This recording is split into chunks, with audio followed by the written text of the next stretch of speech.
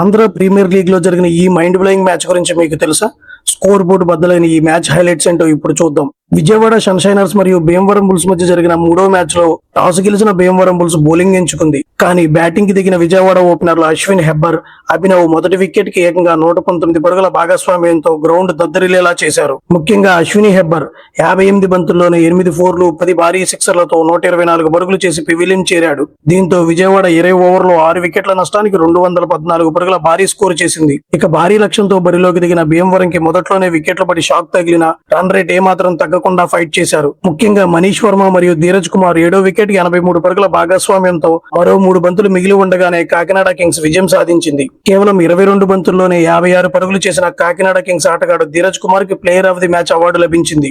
ఏది ఏమైనా మ్యాచ్ మాత్రం ఫుల్ పైసా వసూల్. ఈ మ్యాచ్ హైలైట్స్ మీకు ఎలా అనిపించాయో కామెంట్ చేయండి. ఇలాంటి మరిన్ని ఇంట్రెస్టింగ్ అప్డేట్స్ కోసం వెంటనే సబ్స్క్రైబ్ చేసుకోండి.